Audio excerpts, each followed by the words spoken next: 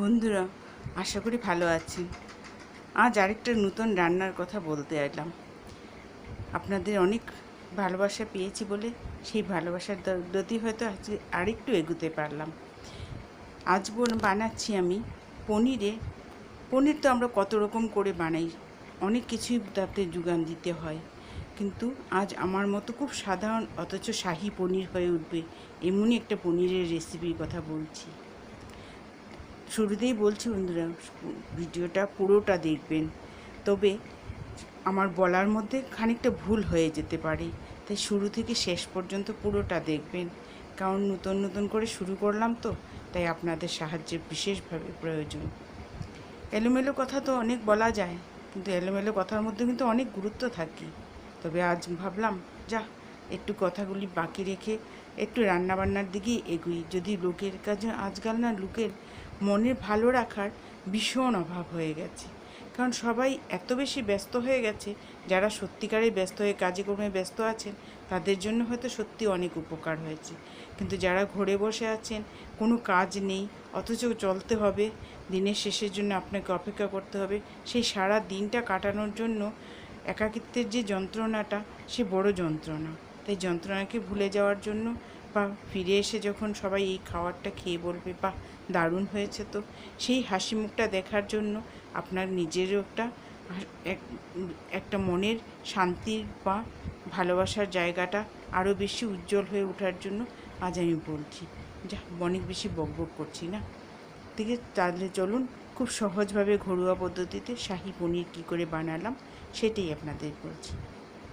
উপকরণ, সেটা আপনারা এক কোটো পনিরও নিয়ে নিতে পারেন, আবার 250 গ্রামের একটা পনিরের প্যাকেটও কিনতে পারেন।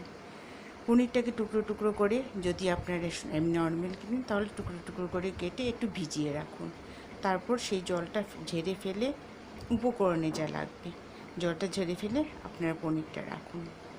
সেই আগেরকার মতোই, আর তো বিশেষ কিছু লাগবে না। উপকরণে আর যা লাগবে তাতে আপনারা একটুখানি জিরে, গরম মশলা এগুলি ফোড়নে দিতেও পারেন, আবার একসঙ্গে করেও নিয়ে বেটে দিতে পারেন, সেটা আপনাদের একটুখানি রুচিবোধের উপরে যার যা নির্ভর করবে। তেল বা ঘি যেটা পছন্দ করেন, বা দুটোতে মিশিয়েও করতে পারেন। আর একটা বেটে নেওয়া মশলার জন্য আপনারা 4 মগজ, লঙ্কা, কাঁচা লঙ্কা, বেশ কয়েকটা 10-12টা গোলমরিচ, একটুখানি কাজু বাদাম, কিশমিশ সব একসঙ্গে প্রথম গ্রাইন্ডারে গুঁড়িয়ে নিন, দেখবেন জিনিসটা ভালো হবে। তারপর খানিকটা জল দিয়ে সেটাকে পেস্ট বানিয়ে নিন। আর কিছুই লাগবে না, রেখে দিন।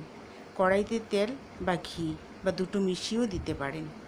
দিয়ে তাতে করে আপনারা সব প্রথমেই কী করবেন, একটুখানি জিরে ফোড়ন দিয়ে দিতে পারেন, আবার নাও দিতে পারেন। না দিয়ে আপনারা তেলে নুন আর একটুখানি হলুদ দিন, দিয়ে সেই যে বেটে রাখা মশলাটা আপনারটা সেটা ঢেলে দিন। দিয়ে ভালো করে নাড়িয়ে নিন। নাড়িয়ে নেওয়ার পর অল্প খানিকটা একটু জল দিয়ে দেবেন, কারণ প্রথমেই দেখবেন কড়াতে লেগে যাচ্ছে। তারপর অল্প 1/2 চামচ জিরে গুঁড়ো, 1/2 চামচ ধনে গুঁড়ো, দুটো একসঙ্গে দিয়ে সব কিছু দিয়ে নাড়িয়ে একটু জল দিয়ে দিবেন মধ্যেখানে, দিয়ে সেটাকে নাড়াতে থাকুন।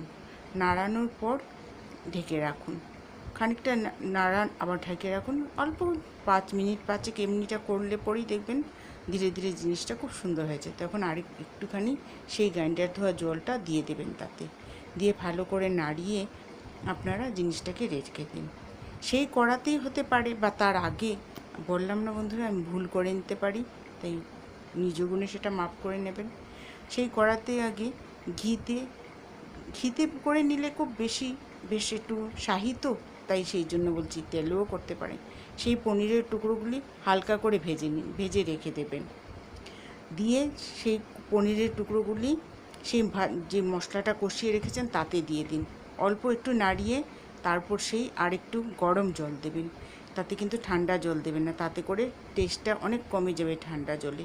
একটুখানি গরম জল, ফুটাতে হবে না, একটু গরম জল হয়ে গেলে তাতে ঢেলে দিন।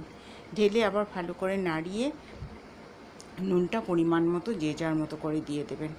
নাড়িয়ে এটাকে ঢেকে রেখে দিন 5 মিনিট, হালকা আছে 5 মিনিট ঢেকে রেখে দিন। হয়ে গেল আপনাদের শাহী পনির।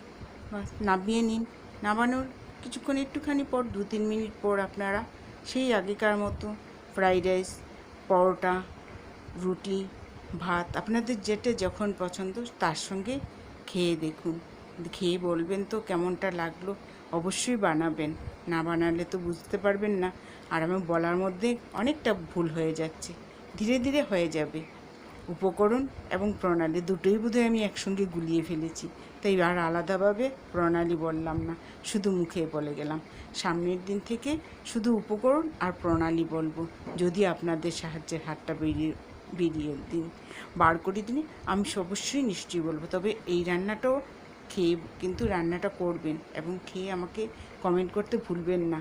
আপনাদের কমেন্টে কি ভুল করলাম সেটা বললে আমার বলাটা হয়তো আরও সহজ হয়ে যাবে। প্রথম প্রথম বলছি তো, বারবার বলছি, নিজ গুণে সেটা মাপ করে নেবেন। তবে ভিডিওটা শুরু থেকে শেষ পর্যন্ত দেখার জন্য অনেক অনেক ধন্যবাদ রইল।